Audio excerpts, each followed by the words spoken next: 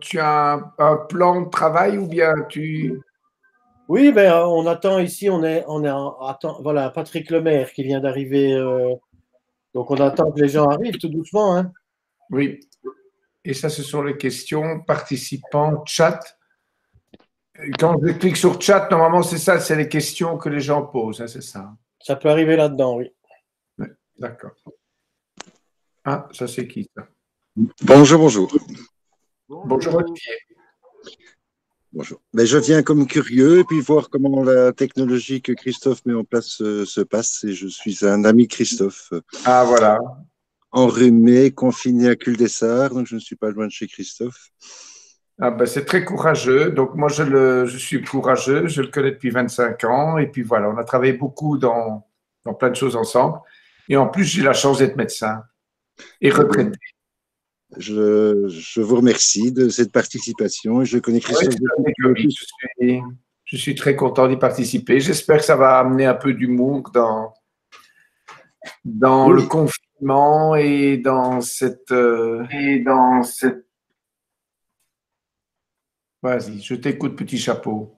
Bon, donc, merci à ceux qui nous suivent en direct sur la page de couvain.com, puisque nous sommes cette conférence qui rassemble maintenant 5 ou 6 personnes qui peuvent discuter, échanger entre elles, est rediffusée et diffusée en ce moment en temps réel et en live sur la page, sur plusieurs pages Facebook, notamment celle de couvain.com. Donc, vous nous regardez peut-être sur cette page de couvain.com. Sachez que dans la description de la vidéo, vous trouverez un lien qui vous permet d'arriver dans cette salle de réunion si vous souhaitez nous rejoindre ici pour poser des questions au docteur. Le docteur, alors j'ai appelé cette séquence Quoi de neuf, docteur?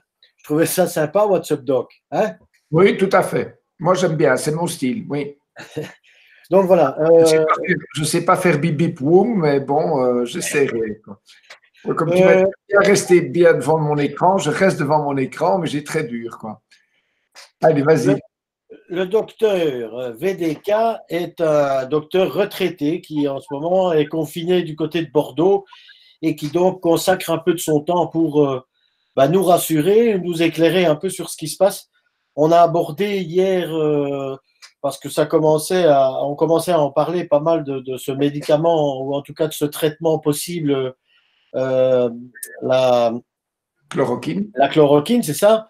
Et puis aujourd'hui, on entend que ça a vraiment buzzé sur le net et sur les médias, puisque ce matin, j'entendais qu'il y avait une file de 800 mètres de personnes qui faisaient la queue à l'hôpital à Marseille pour aller rencontrer le professeur Raoult, celui qui a lancé cette histoire. Donc, pour commencer, est-ce qu'il serait possible que, Philippe, tu nous fasses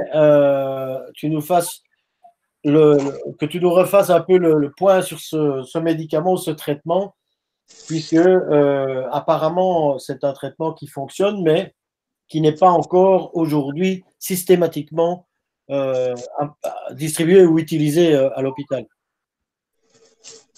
Voilà. Mais donc, le principe, c'est que, comme je te disais, Christophe, c'est que je parle toujours en tant que généraliste. Donc, je ne suis pas un grand scientifique qui va vous donner telle expérience, j'ai lu par-ci, j'ai lu par ça. Je vais répondre vraiment comme quand le patient venait chez moi me consulter pour X ou Y, ou même profiter d'une maladie pour parler de son enfant qui a un problème. Donc, je vais parler dans des mots simples, mais en fait, d'abord, il y a une bonne nouvelle, c'est-à-dire que je viens d'apprendre qu'en Belgique, la chloroquine, donc l'hydroxychloroquine, il faut bien faire attention, il y a la chloroquine et l'hydroxychloroquine. La chloroquine, c'est la nivaquine qu'on donne vulgairement, quoi, vulgairement c'est un mauvais mot, qui existe depuis un temps fou pour le paludisme, qui n'est pas contre-indiqué, qui n'est pas quelque chose de négatif par rapport au Covid-19. Et alors, il y a le Plaquenil, qui est une marque française, qui est le nom officiel de l'hydroxychloroquine. Donc, qui aurait une structure beaucoup plus sensible et qui aurait plus d'efficacité par rapport à sa formation chimique. Et donc, j'ai la bonne nouvelle de dire que pour les cas positifs, diagnostiqués et qui sont dans la pathologie, en Belgique, on commence à donner la chloroquine d'office. Donc ça, c'est une bonne nouvelle, mais la Belgique est toujours, quoi, à ma connaissance, ça ne fait que 35 ans, on a toujours été dans le positif. Par rapport Donc ça veut dire, Philippe, ça veut dire que si je comprends bien, contrairement à la France qui a entrepris un protocole de test, je ne sais plus comment ça s'appelle, ils l'ont dit à la radio tout à l'heure, oui, qui va durer 10 jours, où c'est un vrai protocole de test qui pose question parce que on donne donc un médicament, de la chloroquine à certains, enfin le médicament à certains et un placebo à d'autres pendant 10 jours pour pouvoir faire une étude sur l'efficacité du médicament. Ça, c'est ce qui se passe en France.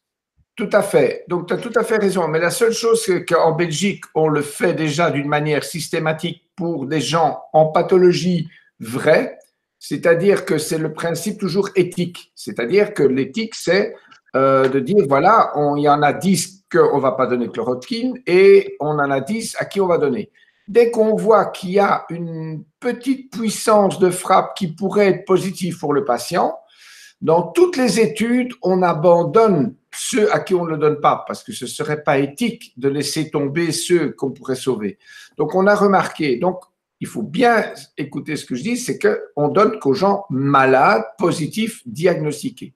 Donc, ce n'est pas un traitement préventif. En France, il ne faut pas cacher les yeux, c'est qu'on le donne déjà, mais ils veulent être plus officiels dans la vulgarisation du traitement. Mais ça, c'est la Belgique aussi. Pour le moment, on ne le donne pas à tout le monde. Donc, l'idéal serait si maintenant notre médecin qui est aimé et pas aimé en France aurait raison, c'est que d'office, dès qu'on est testé positif, on aurait le traitement. C'est-à-dire chloroquine et même on parle avec un associé à un autre médicament. Mais donc, voilà. Donc, alors, qu'est-ce que c'est le plaquenil? Donc, c'est le mot officiel, donc c'est non générique. Le mot plaquenil veut dire que c'est un nom propre qui est fait par la firme. Le nom générique, c'est le sulfate d'hydroxychloroquine. C'est un médicament qui diminue la puissance du virus, c'est-à-dire qu'il diminue la charge virale chez le patient. Au niveau ça signifie que le patient, à ce moment-là, son organisme est plus prompt, plus facile à fabriquer les anticorps. Voilà, ça? Exactement. Donc, c'est pour ça qu'on le garde pour les gens, pour le moment, malades, positifs, en difficulté. Comme ça, sa charge virale diminue et donc, lui doit faire son immunité ou combattre ce virus beaucoup moins. Et il a aussi un effet très anti-inflammatoire parce que ce virus, en fait, pourquoi il est vicieux, ce virus? C'est qu'il a une force de frappe terrible au niveau pulmonaire et au niveau inflammatoire. C'est en fait ça qui est vicieux. C'est que, parce que sinon, c'est un virus comme tout le monde, mais il est très vicieux parce que d'abord, il est transporté par l'air comme un autre virus. Il est transporté par la personne lui-même, donc par le toucher, par ce qu'on touche, une cage de porte, une toilette, tout. Et donc, il est très virulent. Et ce que je voulais dire, c'est que ça y est, je ne sais plus. C'est-à-dire que le médicament va diminuer cette charge virale et le phénomène qu'à ce moment-là, personne pourra se défendre beaucoup plus facilement. Et le fait de prendre ce médicament, les anticorps sont fabriqués, le patient après ou la personne qui guérit est quand même à ce moment-là immunisé contre le virus. Alors là, c'est une bonne réflexion. C'est-à-dire que la chloroquine diminue l'inflammation vicieuse du virus dans le poumon. Deuxièmement, il va diminuer la charge virale, mais le corps humain doit toujours faire sa propre immunité. Évidemment, quand on n'a plus de charge virale, on n'est plus malade. Mais la question est ce que le patient aura son immunité pour l'année prochaine. Oui. Et c'est ça le vaccin. Le vaccin, lui, on le fait à vie, on est protégé. Et c'est pour ça que les personnes âgées à qui on fait le vaccin tout le temps, les vaccins saisonniers, deviennent immunisés pour même plein de choses d'autres. Donc là, c'est l'un, c'est un traitement, l'autre, c'est de la prévention. On ne peut pas faire de la prévention avec de la chloroquine, l'hydroxychloroquine. Comment est-ce que tu es au courant de l'application systématique pour les malades Alors, pour les malades dans les hôpitaux belges, de ce médicament? Je l'ai appris par des amis médecins avec qui je travaille, qui m'ont, parce que hier, j'ai rencontré quelqu'un, quoi, j'ai eu au téléphone, et je lui ai dit, tiens, voilà, à propos, voilà, je fais quelque chose de sympa par rapport à Couvin, grâce à Délire, et la personne m'a dit, ben, tu sais, la chloroquine est déjà utilisée. D'une manière presque systématique. Mais non, bon, ça dépend aussi peut-être. Attends, Philippe, c'est pour te dire que c'est une information, à mon sens, que nous n'avons pas dans les médias actuellement. Non, pas du tout. Pas du tout. Donc, c'est une information sympathique que j'ai entendue, amicale, mais que je ne voudrais pas prendre comme règle générale par rapport à la Belgique. Parce que sans doute qu'il y a des hôpitaux beaucoup plus officiels, comme les hôpitaux universitaires, qui doivent suivre des guidelines. Mais on doit toujours savoir qu'entre le guideline et l'officieux, l'officieux devient un guideline, c'est-à-dire quelque chose d'officiel. Mais ça, c'est la loi de la vie. Hein, ça, c'est d'accord. Donc, ça montre quand même qu'on y est sensible. Mais est-ce qu'on a déjà des cas où on sait qu'on a sauvé une vie grâce à ça, en Belgique, par exemple? Alors, en Belgique, pour le moment, on n'a pas de recul. En France, oui. Par rapport à tout ce qu'on lit ensemble, toi, moi, on le vit d'une manière officieuse, de nouveau, qu'on remarque que peut-être, on remarque. Mais le problème, c'est qu'il faut toujours faire le double aveugle. Il faut toujours double aveugle, ça veut dire simplement qu'il y en a qu'on traite et il y en a qu'on ne traite pas, et ces gens ne savent pas qui est traité ou pas traité. Les pauvres, pour le moment, ceux qui sont traités n'ont pas beaucoup le choix de parler parce qu'ils sont très, très mal. Donc, en fait, c'est des gens qui… Mais il y a des zones en France où les gens se nomment vraiment, ils signent une décharge pour participer à cette expérience. Oui, c'est ce que j'ai entendu. Et donc, rappelons que c'est un médicament qui est quand même un médicament un peu touchy, entre guillemets, dangereux dans le sens où il y a quand même pas mal de contre-indications à ce médicament, et que c'est d'abord prescrit sous ordonnance, et puis que ça doit absolument être suivi par un médecin. Et troisièmement, que ce médicament actuellement n'est pas disponible en pharmacie en Belgique puisqu'il est réservé aux hôpitaux. Tout à fait. Et donc ça, on en a discuté bien hier, et ça, je le répéterai presque à chaque fois qu'on me le parle.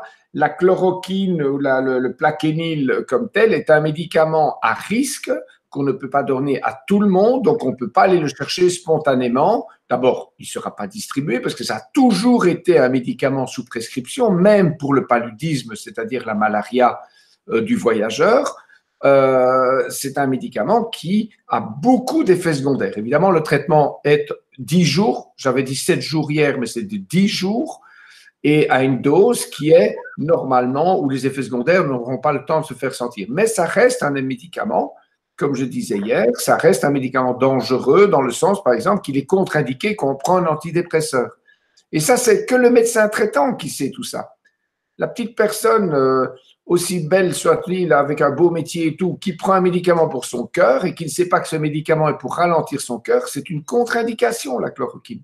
Donc, c'est la loi du médecin généraliste qui est la plus belle place actuellement par rapport à ça. C'est que lui pourra proposer à son patient malade, j'insiste bien, malade diagnostiqué, et je suis très content d'entendre dans les médias qu'on va commencer de plus en plus à vulgariser le test, parce qu'évidemment, comme dans tout état de crise, on va au plus rapide, et puis maintenant, on va vers l'arrière, qui est de tester le plus possible. Oui, à ce niveau-là, au niveau des tests. Donc, on a bien compris concernant la chloroquine et ce médicament. Alors, est-ce que c'est un médicament qui est aujourd'hui dans le domaine public? Est-ce que c'est facile à fabriquer? Est-ce qu'on pourrait demain en fabriquer en masse pour un plus large public? Ou est-ce que c'est encore sous licence? La chloroquine est en fait un médicament qui existe depuis tellement longtemps qu'il est d'une facilité exemplaire à construire. Il est, en 2 minutes, on peut le construire des millions de fois dans le monde entier parce que c'est un médicament qui coûte rien du tout. Et là, je donne, pour le peu que j'ai lu, j'ai donné raison aux spécialistes, c'est que ce serait merveilleux que ce médicament ait l'effet qu'on lui donne, parce que ce serait vraiment le médicament, une grande première, que ce serait le moins cher au monde, parce que ça coûte presque 1 euro la boîte, quoi, à la fabrication. D'accord. Donc c'est un peu comme si la nature, à ce moment-là, c'est un peu comme si la nature nous aurait fait une grosse frayeur et la solution serait d'une simplicité. Voilà. Mais ça, c'est la chance parfois qu'on a dans le malheur, quoi. Oui. Mais bon, ça ne fait que rassurer, guérir, ou en tout cas traiter les gens malades. Bien entendu, j'en profite de le dire, ce n'est pas un traitement préventif. Avant d'avoir une infection, on n'a pas l'infection, donc ça ne sert à rien de faire la file et de prendre le médicament préventivement. Non, il faut être positif, diagnostiquer et le prendre. Alors, on a une question de Patrick qui nous dit quand pourrons-nous lever le confinement? Parce que pour le lever, il faudra s'assurer que plus aucun individu n'est porteur du virus. Sinon, c'est reparti pour un tour. C'est un peu ce que tu expliquais hier. En voyant le manque de moyens pour se soigner et dépister dans certains pays, cela risque de tourner encore longtemps. Voilà. Donc, le confinement est le meilleur traitement actuel. Ça permet aux gens confinés de s'immuniser si jamais il y en a un qui est positif là-dedans. Et deuxièmement, on doit absolument dans le confinement, et ça je pense que dans tous les sens, ils sont au courant et ils le prennent bien au sérieux, c'est qu'on a peur d'une deuxième vague. Si maintenant, aujourd'hui, on voit la courbe baisser et qu'on dit génial, on peut sortir, évidemment, le peu de porteurs qui ne le savent pas, et on ne peut pas leur en vouloir, qui ne sont pas encore immunisés, vont relancer l'épidémie. Et donc voilà, c'est pour ça que le confinement va être, jusque quand la courbe, je pense, va être le plus bas possible pour qu'on est sûr, comme en Chine, il ne faut pas oublier que ça durait 2 à 3 mois, et qu'on a lâché les gens. Mais, de nouveau, c'est grâce à eux qu'on va voir l'expérience. Si maintenant la Chine, dans 15 jours, va dire « Zut, on s'est planté », ça recommence, nous, on aura l'écoute de ça et de dire, bon, ben, on ne pourra pas lâcher les gens trop tôt. Donc là, on est en point d'interrogation. Pour l'instant, la Chine a annoncé, je pense, une dizaine de nouveaux cas ou 15 cas, mais qui sont essentiellement des personnes revenant de l'étranger. Donc, ces personnes sont mises en confinement. Donc, il n'y a pas vraiment un redémarrage local de l'épidémie chinoise, à mon sens, dans ce qu'on a entendu jusqu'ici. Non, non, c'est ça. Donc, on reste très, vraiment objectif. Et je ne sais pas comment ça se fait, mais la Chine a l'air très collaborante, contrairement à ce qu'on a l'air de dire. Mais pour le moment, ils ont l'air très collaborants, quoi. Donc, dans l'état actuel des choses, on a un médicament qui ne prévient pas la maladie, donc qui doit être appliqué aux gens qui sont malades. Ça veut dire que de toute façon, il faut que les individus attrapent le virus pour être soignés par le truc. Ouais. Et donc, ça veut dire aussi que le virus étant très virulent, le vaccin ne peut pas arriver demain. C'est pas possible. Non. Un vaccin ne peut pas être. Quel est le délai le plus raisonnable pour commercialiser un vaccin? En fait, comme la grippe saisonnière, il faut presque, parfois 6 mois avant de dire, 6 mois à 1 an avant de dire qu'un vaccin est efficace avec les reculs et tout. Mais je crois qu'aujourd'hui, on va bouleverser les principes de tout ce qui existe parce qu'on est pris par le stress. Et c'est vrai que la Chine est en train de faire un vaccin, les Allemands sont en train de faire un vaccin. Je pense qu'on va y arriver très vite avec l'intelligence artificielle. Je pense qu'aujourd'hui, on va aller plus rapidement. Le problème, c'est, oui, le vaccin va sortir. Bon, c'est peut-être que ce sera dans 6 mois, peut-être ce serait génial, ce sera dans 4 mois, mais 6 mois minimum. Bon, de toute façon, on sera au-delà d'un délai de 3 mois pour la sortie du vaccin, quoi qu'il advienne. Oui, tout à fait. Donc, ça veut dire que par rapport à l'expérience chinoise, on devrait aujourd'hui être conscient que le confinement, ou en tout cas les mesures d'éloignement social, sont parties pour durer au minimum 3 mois. Ben, 3 mois, ce sera un grand mot, quoi. Le Belge est optimiste, hein, donc je pense que de toute façon, on en aura facile. Maintenant, on est en fin mars. Avril, on en aura, allez, jusqu'au 15 avril, minimum fin avril, quoi. Oui. Parce que, en fait, le stress, c'est que tu te rends compte, si jamais ça revient, il y a une deuxième vague, on est parti pour les grandes vacances, quoi. Il ne faut pas oublier qu'il y a le côté économie derrière et on ne doit pas se planter, quoi. On a tous vu cette courbe, enfin cette cloche qu'on tente d'aplatir pour être sur la longueur dans la propagation, surtout pour pouvoir traiter les malades arrivant à l'hôpital. Et c'est ce que tu as expliqué hier. Si on confine de trop, on préserve trop de personnes du virus. Quand on les relâche, enfin, ou quand on réouvre, on a cette deuxième vague qui arrive. Donc, plus on va aplatir, plus on aplatit quelque part, plus on aplatit la courbe, plus on est parti sur la longueur. Oui, mais c'est surtout ce que j'avais voulu insister, peut-être que je me suis mal exprimé, c'est-à-dire que le confinement permet à ne pas avoir cette pic aigu qui est surtout pour mieux assumer les gens malades dans les hôpitaux. C'est-à-dire qu'au plus il y aura un confinement, en dehors de l'immunité virale, etc., c'est plutôt pour que les gens arrivent plus calmement dans les hôpitaux que tous en même temps. Et la Belgique, pour le moment, a encore beaucoup de lits libres, ce qui est quand même merveilleux par rapport à la France, etc. Donc, mais on est dans le même principe, c'est que nous, on a plus de chance peut-être en Belgique. Alors, tu pourrais me poser la question que je n'ai pas de réponse. Pourquoi? Moi, j'adore ma Belgique unie, donc il n'y a pas de souci. C'est pourquoi en Flandre, il y a plus de cas qu'en Wallonie? Pourquoi à Bruxelles, alors qu'on est une ville vraiment compressée l'un sur l'autre, pourquoi il y a le moins de cas à ce niveau-là, alors qu'à Paris, c'est l'inverse? Si tu vois, donc il y a plein de questions et de réponses qu'on ne sait pas.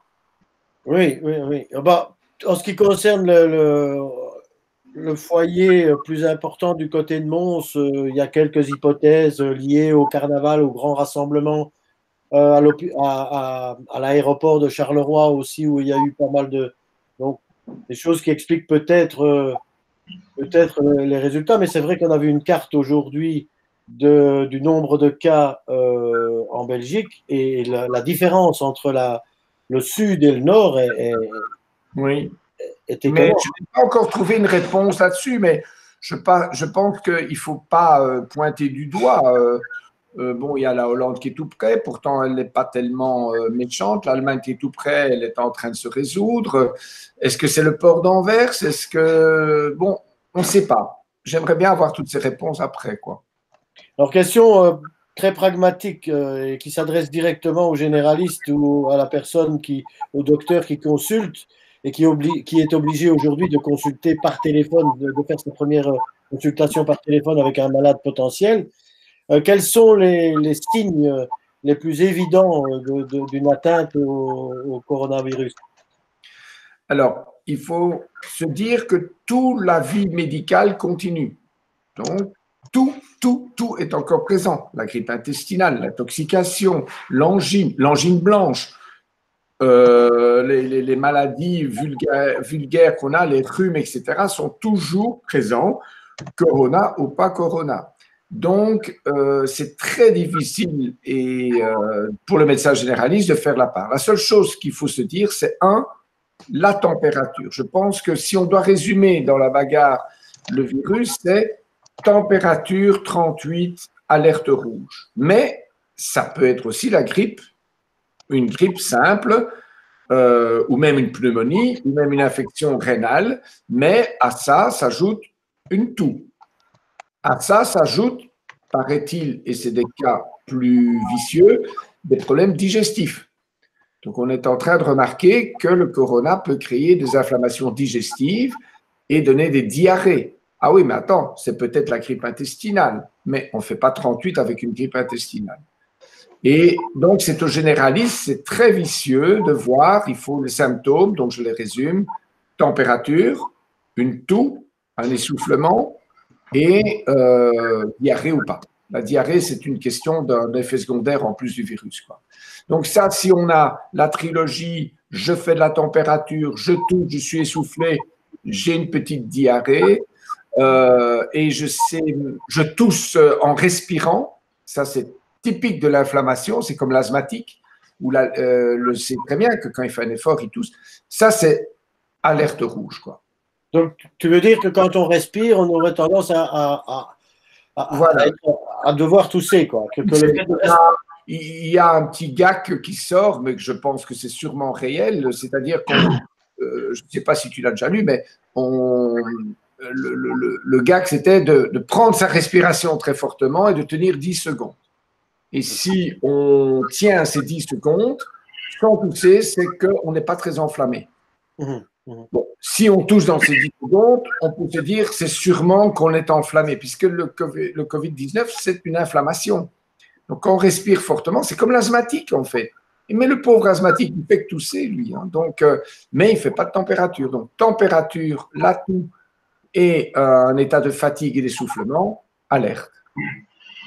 Et à ce moment-là, aujourd'hui, quand un patient, imaginons que je t'appelle et je dis, voilà, je te donne ces symptômes-là, est-ce que d'abord je dois te dire, ça fait 2 jours que ça dure, 3 jours, ou est-ce que ça survient un jour, ou est-ce qu'il faut attendre 2-3 jours de dire, bah oui, ça fait 3 jours que j'ai de la fièvre. Est-ce qu'on a une progression de la maladie rapide ou pas? Est-ce qu'on a un changement d'un jour à l'autre? Ou est-ce qu'on peut tenir un 38 comme ça, 2 jours, 3 jours, tousser sans avoir d'augmentation des symptômes? Mais c'est-à-dire que dans mon émotion, c'est-à-dire que c'est comme une grippe. C'est-à-dire que d'abord, on est pendant 2-3 jours malade. Et ça, c'est très vicieux. Ce que je vais dire, c'est que pendant 3 jours, on est malade et on n'a pas de symptômes. Mais on est très communicatif dans notre virus. Donc, dès que je parle, je tousse, je communique. Je ne suis pas malade, je suis un homme sain, comme moi maintenant, je me crois sain, mais j'ai le virus en moi et je suis très contagieux. Donc, il n'y a aucun signe, donc tu es… Pendant 2-3 jours, comme toutes les maladies virales, que ce soit une varicelle, une rougeole, une scarlatine, les 3 premiers jours pendant ce temps-là, on se promène avec, on est contagieux et boum, les symptômes arrivent. C'est-à-dire, j'ai mal partout, je ne suis pas bien, je tousse un peu, je m'irrite. Donc là, on est encore dans la vulgarisation de Monsieur Tout-le-Monde. Et puis, boum, on fait 38. Ah, alerte rouge. 38. Bon, alors je fais 38, là, je m'écarte des gens. Mais c'est normal, quand on est malade, on s'écarte des gens. Donc, c'est une manière déjà de s'isoler. Et puis, on a une toux irritative, on est essoufflé. Mais là, je ne prendrai pas une journée, 2 journées, 3 journées. On a ces symptômes, on fonce, on téléphone. Et si on peut, et maintenant la médecine est bien faite, et bravo, la Belgique, l'INAMI a résolu ça, on peut téléphoner à son généraliste, c'est une consultation, le généraliste. Évidemment, c'est plus compliqué pour lui par faire tout par téléphone ou par vidéo-consultation. Et il a donné un rendez-vous pour ça. Il a un remboursement par pour ça. Et voilà. Donc, le médecin, à ce moment-là, décide de l'envoyer avec une prescription envoyée par Internet. Donc, c'est toujours par rapport à l'Internet. C'est terrible pour le patient parce qu'il y a beaucoup de patients qui ne sont pas encore avec un ordinateur. Par smartphone ou par WhatsApp. Et alors, à ce moment-là, il va faire son test. Ouais, pas de souci. Ça va? Allez, à tantôt. Ouais, dans Attends 30 secondes, c'est parce que… Ça, c'est le direct, hein, mais peut-être qu'on va connaître sa vie privée. Je ne sais pas le téléphone. Peut-être qu'il peut couper la prochaine fois. Je t'écoute. On a vu cette dame cette fille qui, pendant ses cours, oublie qu'elle a qui a un cours en ligne, elle oublie qu'elle a le PC ouvert et pendant le cours, elle va aux toilettes et elle pose le PC sur le sol, ce qui fait marrer toute la classe d'ailleurs. Patrick a une explication concernant le fait qu'il y ait plus de flamands, enfin de cas en Flandre qu'en Wallonie. Il dit c'est parce que les laboratoires qui font les tests de Covid sont plus nombreux en Flandre et que donc il y aurait plus de tests en Flandre qu'en Wallonie. Ça voudrait dire qu'on a autant de cas en Wallonie, mais qu'on ne les connaît pas, quoi. On est d'accord. Je pense que c'est tout à fait juste. Je pense que la Flandre, financièrement, a peut-être plus de facilité et je pense que les tests, connaissant la pastille néerlandophone positivement, ce que je dis toujours, c'est que je pense qu'ils sont plus libéraux dans le test que Bruxelles ou comme la Wallonie. C'est tout à fait. Et quand tu dis libéral, ça veut dire qu'il y a plus de tests qui sont faits en Flandre, c'est ça?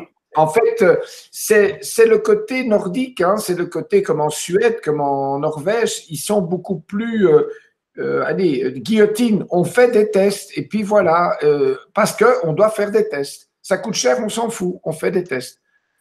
Voilà, c'est une question, pourquoi? Alors, il y a aussi moins de malades en Norvège, etc., moins de morts, parce qu'il paraît-il, il y a meilleure santé, et chez nous aussi, il y a moins de décès. Ça veut dire aussi une meilleure santé de notre Belgique. Donc ça, c'est le petit côté bémol positif que je suis en train de dire là. Bon, petit rappel pour ceux qui nous suivent en direct sur la page Facebook de Couvain.com ou une autre page Facebook. Nous sommes en compagnie du docteur VDK qui nous rendra visite. C'est lui qui nous rend visite pour une fois. Vous vous rendez compte? C'est pas nous qui allons chez le docteur, c'est le docteur qui vient à nous. C'est quand même fabuleux. On aura sa visite régulièrement pour parler de ce Covid-19. Si vous avez des questions, vous pouvez les poser via la page Facebook de Couvain.com. Vous pouvez les poser par mail. Vous pouvez les poser également dans cette room de discussion. Vous voyez, on est quelques-uns là à discuter. Vous pouvez directement venir poser vos questions ici. Pour vous rendre ici, vous trouverez le lien dans la description de la vidéo sur Facebook, ou vous pouvez taper dans votre browser l'adresse couvain.webroom.be. Olivier vous remercie, docteur, pour votre consultation gratuite, précisément, et bénévole, et de nous avoir donné les indications. Ça nous rassure de savoir qu'on n'est pas malade aussi. Si on ne tousse pas, si on n'est pas essoufflé, et si on arrive à parler. Moi j'avais entendu qu'on devait prononcer une phrase sans prendre sa respiration, c'était bon, quoi, un truc très long. Mais bon, faites pas trop souvent le test parce qu'il ne faudrait pas tomber en apnée non plus. Hein. Non, alors, une question que nous venons de recevoir par mail qui dit bonjour, pensez-vous que prendre des vitamines C, D, etc. et du magnésium pourrait aider à lutter contre ce virus? La sortie de l'hiver étant toujours compliquée, tant physiquement que moralement, c'est un couple de retraités qui nous demande ça. Oui, alors là, c'est toute la polémique de la vitamine C, de nouveau, mais c'est toujours ça qui est gai en médecine. Hein. Moi, j'adore ça. Je suis un peu réac pour ça. C'est qu'il y a toujours un article qui va dire la vitamine C, oui, il faut absolument, et d'autres qui vont détraquer la vitamine C. Je pense que la vitamine C, entre autres, mais le magnésium, par exemple, a quelque chose de très bon. Mais par rapport à l'immunité virale, c'est simplement être en bonne santé. Et être en bonne santé, c'est quoi? Là, je viens pas de nouveau écolo, bio, etc. C'est être en bonne santé, ça veut dire avoir un bon équilibre. Donc maintenant, par exemple, moi qui suis à Bordeaux et j'ai la joie d'avoir un petit marché ouvert près de Montségur, où je suis, Montségur en Gironde, c'est que les petits marchés, je disais, les salades, pour le moment, on n'en vend pas. Parce que ce n'est pas la période des salades. Et les gens pensent aux pâtes, ils pensent aux farines, ils pensent au papier de toilette, mais ils ne pensent pas aux salades. Mais c'est surtout, et je réponds à la question, donc c'est de manger varié et au niveau vitaminé. Le magnésium est très bon, c'est plutôt musculaire. Vitamine C, c'est un pouvoir au niveau de l'immunité, oui, mais c'est surtout la bonne santé, quoi. Donc beaucoup boire, varié. Donc la question, oui, mais ce n'est pas ça qui va faire que le corona, le 19 va se rappliquer. Oh putain, prendre du magnésium, je vais arrêter, quoi. Non, mais ça peut permettre à l'organisme de l'individu de prendre le pas. C'est stimuler la bonne santé qui va stimuler l'immunité. Donc, pour ceux qui ont la chance de ne pas être confinés dans les villes et qui peuvent sortir de chez eux, prendre l'air, seuls évidemment, ou à distance, ou avec les personnes avec qui on est confiné, c'est aussi quelque chose à faire, de s'aérer, de profiter. Bien. Donc, ce sont tous des conseils. Par rapport à cette histoire, je le respecte comme toute personne devant l'autorité et que je pense qu'il faut encore les féliciter, tous ces gens, mais au niveau de ne pas se balader sur la plage, c'est quelque chose qui me perturbe. Et je peux comprendre avec l'arrivée en masse de tout ce qui est les gens des villes, sans citer des pays, citer les grandes villes, qui arrivent à la mer, qui arrivent à l'île de Ré, qui arrivent dans toutes ces beaux villes de la mer. Je crois qu'on bloque la plage pour empêcher les gens que ce soit des vacances. Et on est dans un confinement, on n'est pas dans des vacances, ni dans un jour sans vélo. Sans vélo. Tu vois mon côté péjoratif, c'est sans voiture. Oui. Oui. Bon, quoi, toi qui me connais bien, tu as bien compris. Vas-y. L'attitude, nous dit Patrick Lemaire, l'attitude des Pays-Bas inquiète avec cette tactique de l'immunité collective. Alors, doit-on accepter des touristes néerlandais au lac de l'Odeur cet été, les lacs de l'Odeur étant enfin, tu connais peut-être, hein, Oui, c'est un endroit touristique. Est-ce qu'on doit se méfier des Néerlandais en clair? Mais c'est-à-dire que là, c'est une bonne question, ça. En fait, ceux qui décident le non-confinement, c'est ceux qui n'ont pas peur de l'éthique. C'est-à-dire que le non-confinement veut dire plus d'immunité, oui, mais les gens malades, ils vont être plus dans le décès, puisqu'ils seront plus en contact avec les gens malades. Donc, il y a un côté éthique. Donc, je me dirais, le petit Hollandais qui arrive, quoi, le petit, c'est pas péjoratif, le petit Hollandais qui arrive gentiment dans notre Belgique au mois de juillet, mais je suis certain, s'il n'a pas fait le confinement et qui vit, c'est qu'il aura son immunité. Et donc j'aime mieux un petit Hollandais à mon lac de l'Odeur qu'un petit Français qui, sans de nouveau être la France ou l'Italie, ne parlons pas, mais s'il arrive vers chez moi, c'est qu'il est normalement en bonne santé et immunisé. Je parle de juillet, je ne parle pas du mois de mars, d'avril. Oui, mais immunisé, d'accord, mais porteur encore, ou est-ce qu'il peut encore être porteur? Une fois qu'il est immunisé à vie. Hein, sur le 19 actuel. L'année prochaine. Mais il peut plus être porteur du virus? Ah non, il sera immunisé. C'est-à-dire que quand tu es porteur du virus, tu le portes, ton corps se fait des anticorps. C'est quand même une merveille, le corps. Il fait des anticorps. Une fois que tu as fini les anticorps, c'est fini. C'est la loi du vaccin. Le vaccin te crée des anticorps artificiellement. Ton corps réagit. Tu es immunisé, c'est fini. Tu n'es plus transmissible. Oui, d'accord, mais je veux dire, je suis immunisé. J'ai fait mes anticorps, j'ai fait mon Covid-19, voilà. Je m'en suis super bien sorti, je suis en pleine forme. Je tombe sur un type qui a le Covid-19, qui ne porte pas de masque, qui me postillonne dans la tronche, qui m'envoie ces virus dans la tronche. Ah ben, c'est fini. Toi, tu encaisses rien. Tu auras peut-être des eczémas d'allergie de ces postillons, mais c'est lui, ben, il te fera rien. Tu non, ferais moi, je n'aurais rien. Je n'aurais rien. Mais j'ai pris ces postillons pleins de virus dans la tronche. Je me retourne, je fais 50 mètres, je tombe sur quelqu'un qui n'est pas immunisé, je lui parle, je ne peux pas lui retransmettre le virus. Normalement, tu ne seras pas le transmetteur puisque tu es immunisé. Ah bon? Sauf si, évidemment, au niveau cutané, maintenant, parlons, je parle de l'intérieur, moi. Oui. Mais tes mains, évidemment, s'il me postillonne sur la main et je lui serre la main, je l'embrasse parce qu'on a pêché un beau poisson dans une rivière, et puis je vais chez quelqu'un d'autre qui n'est pas malheureusement immunisé, je vais le transmettre par mes mains. Mais moi, mes anticorps sont faits. Donc attention, on est sur deux sujets différents. Là, maintenant, c'est une transmission alors plutôt cutanée et plus du tout par les postillons. Oui, mais donc ça veut dire qu'un virus qui m'atteint alors que je suis immunisé, imaginons, il rentre en moi, tac, il est tout de suite désingué. Oui, exactement. Ah oui. C'est la beauté du corps, ça. Ouais. C'est pour ça qu'en Inde, si on va parler de l'Inde et l'Afrique, en fait, je ne parle pas du malheur qu'ils vont avoir, parce qu'on en parle très très peu, et c'est marrant, quand on gratte un peu, oui, ça commence l'Afrique, mais eux sont immunisés à mort de plein de choses, et nous, on arrive chez eux et on n'est pas immunisés. Et c'est pour ça qu'on tombe malade. Bien, bon. Est-ce que parmi nos télévoyeurs, nous avons des questions encore? Je ne pense pas. On aura fait un peu le tour de la question. Rappelons quand même, parce que ça aussi c'est une polémique, est-ce qu'il est utile de porter un masque, même un masque en tissu? Alors, il y a c'est une question de Patrick encore qui dit certains disent qu'il faut boire régulièrement de l'eau pour envoyer l'éventuel virus que l'on viendrait d'ingérer vers le système digestif plutôt que le système respiratoire. Est-ce que c'est une légende urbaine?